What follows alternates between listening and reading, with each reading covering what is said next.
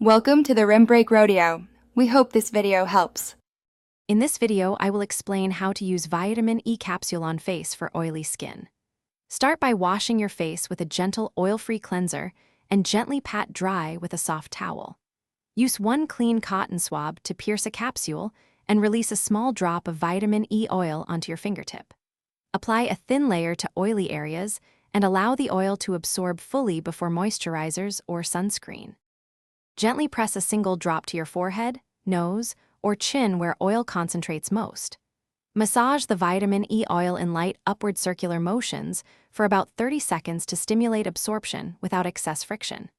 If your skin feels heavy, blot with a tissue and wait 5 to 10 minutes before continuing your routine. Use this method 2 to 3 times weekly to monitor how your skin reacts and prevent pore congestion. For oily skin, layer vitamin E under a water-based, non-comedogenic moisturizer to keep balance without extra grease.